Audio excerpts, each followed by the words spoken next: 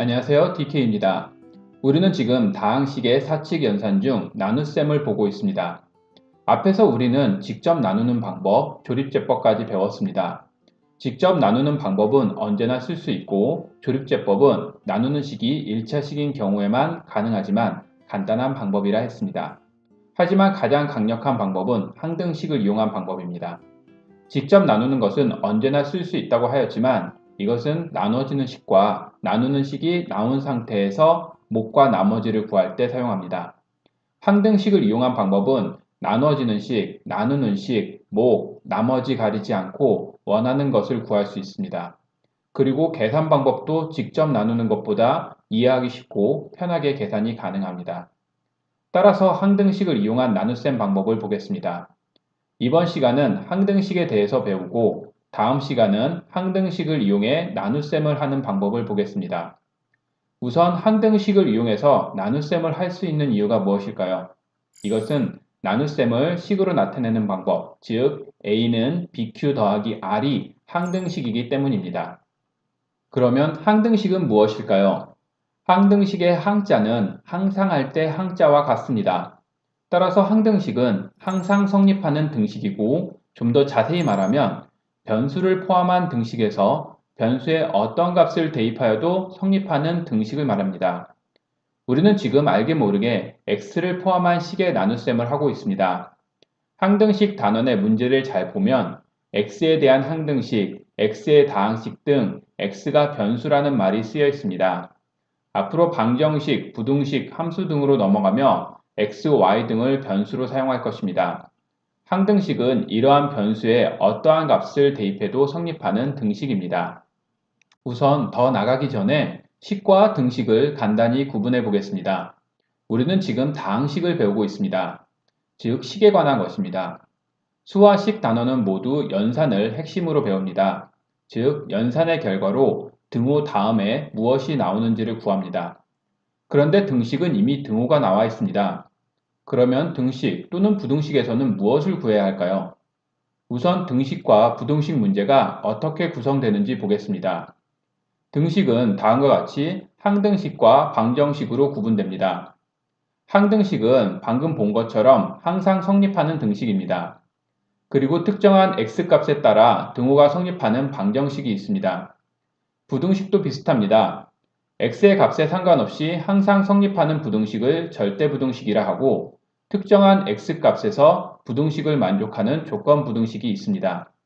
정리하면 항등식과 절대부등식은 모든 x에서 성립하는 경우이고 방정식과 조건부등식은 특정한 x값에서 성립합니다. 이제 각 식이 무엇을 구하는 문제인지 보겠습니다. 항등식의 경우 이미 모든 x값에 대해 성립합니다. 그렇다면 x의 값을 구할 필요가 없겠죠. 다항식의 용어에서 봤듯이 항은 관심 변수와 개수로 이루어져 있습니다. 관심 변수를 구하는 것이 아니라면 개수를 구하는 문제겠죠. 그래서 항등식은 개수를 구하는 문제입니다. 예를 들어 ax 플러스 b는 0에 x에 어떠한 값을 대입해도 성립하는 a와 b의 값을 찾는 것입니다. 방정식은 특정한 x의 값에 따라 성립하겠죠. 그러면 그러한 x가 무엇인지 궁금하겠죠. 그래서 방정식은 x의 값을 구합니다. 예를 들어 2x는 4를 만족하는 x의 값은 2라고 찾는 것입니다. 부등식에서 조건부등식은 방정식과 마찬가지로 특정한 x의 값에서 성립합니다. 방정식과 차이점은 부등호로 이루어졌기 때문에 x의 값이 한두 개로 나오는 것이 아니라 범위로 나온다는 것입니다. 이러한 x의 범위를 구하는 것이 조건부등식입니다. 예를 들어 x 플러스 2는 3보다 작다의 문제를 풀면 1보다 작은 x의 값에서 성립하는 것을 알 수 있습니다. 절대부등식은 항상 성립하는 부등식입니다. 예를 들어 x의 제곱이 0보다 크거나 같다라는 식은 실수 범위에서 x에 어떠한 값을 넣어도 성립합니다. 그렇다면 x의 값을 구할 필요가 없겠죠. 절대부등식은 항등식처럼 개수를 구하는 것이 아니라 이러한 부등식이 성립한다는 것을 증명하는 것입니다. 그리고 이러한 부등식을 이용해 특정한 식의 최대값 또는 최소값을 구하는 문제입니다. 이상으로 등식과 부등식에 대해 계략적으로만 알아봤는데요. 자세한 내용은 등식과 부등식을 시작할 때 다시 보도록 하겠습니다. 참고로 항등식은 문제에서 여러 가지 방법으로 표현됩니다. 예를 들어 x에 관한 항등식이라고 직접 말할 수도 있고 x의 값에 관계없이 성립하는 등식, 모든 x에 대해 성립하는 등식, 임의의 x에 대해 성립하는 등식 등은 모두 항등식을 표현하는 방법입니다. 문제에서 이러한 말이 나오면 항등식으로 알고 풀면 됩니다. 이제 항등식의 풀이 방법을 보도록 하겠습니다. 앞에서도 말했듯이 항등식은 개수를 찾는 문제입니다. 예를 들어 보겠습니다. ax 플러스 b는 0이 x에 관한 항등식일 때 a와 b를 구하는 것이 항등식입니다. 이렇게 a와 b를 구하는 것이 정해지지 않은 개수를 찾는 방법이라 하여 미정개수법이라 합니다. 미정개수법에는 두 가지가 있습니다. 항등식의 성질인 양변의 동류항의 개수가 같다는 것을 이용하는 개수비교법과 몇 가지 수를 대입하여 개수를 찾는 수치대입법이 있습니다. 우선 개수비교법을 보겠습니다. 항등식에는 좌변과 우변의 동류항의 개수가 같다는 성질이 있습니다. 예를 들어 화면의 식에서 x에 어떤 값을 넣어도 성립하려면 a와 b의 값이 무엇이 되어야 할까요? x의 일치항의 개수가 좌우가 같아야 하므로 a는 3이 되고 상수항이 같아야 하므로 b는 -2가 되어야 합니다. 이렇게 좌변과 우변의 같은 문자의 항, 즉 동류항의 개수가 같게 맞추면 항등식이 성립한다는 것을 이용하는 것입니다. 이것을 정리하면 화면과 같습니다. 여기서 첫 번째 ax 플러스 b는 0은 우변이 0x 플러스 0이라고 생각하면 세 번째 성질과 동일합니다. 두 번째, 네 번째 성질에서 볼 수 있듯이 다른 차수가 나오면 같은 차수의 항끼리 비교해야 합니다. 이것은 2차식뿐만 아니라 3차식이 넘어가도 성립합니다.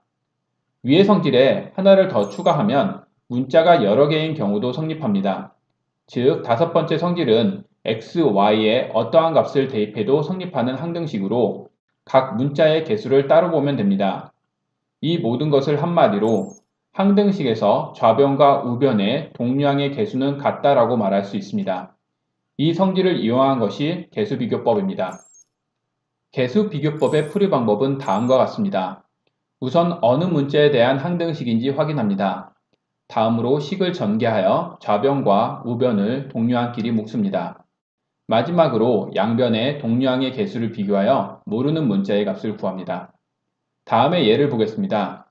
우선 이 문제가 x에 관한 항등식 문제임을 확인합니다. 그러니 개수를 구해야겠죠. 이제 좌변을 전개하고 동류항끼리 묶습니다. 좌변을 정리한 결과는 우변과 같아야겠죠. 각 항을 비교하면 우선 a는 -4가 나오고 이것을 다음 식에 대입하면 b는 2, 다음으로 c는 -4임을 알 수 있습니다. 다음은 수치대입법을 보겠습니다. 이름에서 알 수 있듯이 특정한 수를 식에 대입해서 푸는 방법입니다. 항등식의 정의대로 x에 어떠한 값을 대입해도 성립한다면 몇 가지 수를 대입해서 미지수를 구할 수 있습니다. 어떤 수를 대입할지는 문제에 따라 다르기 때문에 문제를 보고 결정합니다. 보통의 경우는 계산을 편하게 하도록 0, 1, -1 등 간단한 수를 넣습니다. 이 경우 풀이 방법은 다음과 같습니다. 개수비교법과 마찬가지로 우선 어느 문자에 대한 항등식인지 확인합니다. 다음으로 어떤 수를 넣는 것이 좋을지 생각하고 대입합니다. 마지막으로 각 수를 대입한 결과로 나온 식을 연립해서 풉니다. 수치대입법을 쓸 때 수를 몇 개나 대입해야 할까요? 답은 모르는 문자의 개수만큼입니다. 왜냐하면 수를 대입하여 구하는 문자들에 관한 식을 만들게 되는데 이를 푸는 방법은 연립방정식입니다. 연립방정식에서는 미지수의 수만큼 식이 필요합니다. 따라서 모르는 문자의 개수만큼 식을 만들어야 하기 때문에 모르는 문자의 개수만큼 수를 대입해야 합니다. 다음 예시를 보겠습니다. 물론 지금의 예시를 개수비교법으로 풀 수도 있습니다. 여기서는 수치대입법으로 풀어보겠습니다. 우선 문제가 x에 관한 항등식임을 확인합니다. 항등식이기 때문에 개수를 구해야겠죠. 다음으로 수치대입법으로 풀기 위해 수를 대입해야 합니다. 어느 수가 편할까요? 우변에 x 플러스 1, x 마이너스 2를 없애는 숫자를 넣으면 좋을 것 같습니다. 그래서 x에 마이너스 1과 2를 넣겠습니다. 두 개만 찾으면 될까요? 네, 맞습니다. 모르는 문자가 a와 b 두 개이기 때문에 식 두 개가 필요하고 그러려면 숫자 두 개를 찾아 넣으면 됩니다. 이렇게 각각의 숫자를 대입하면 앞에서 0이 될 것으로 예상한 항을 지울 수 있습니다.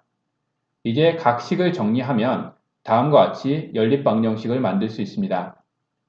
연립방정식의 위의 식에서 아래 식을 빼면 a가 마이너스 1로 나오고 이것을 다시 대입해 b의 값을 1로 찾을 수 있습니다.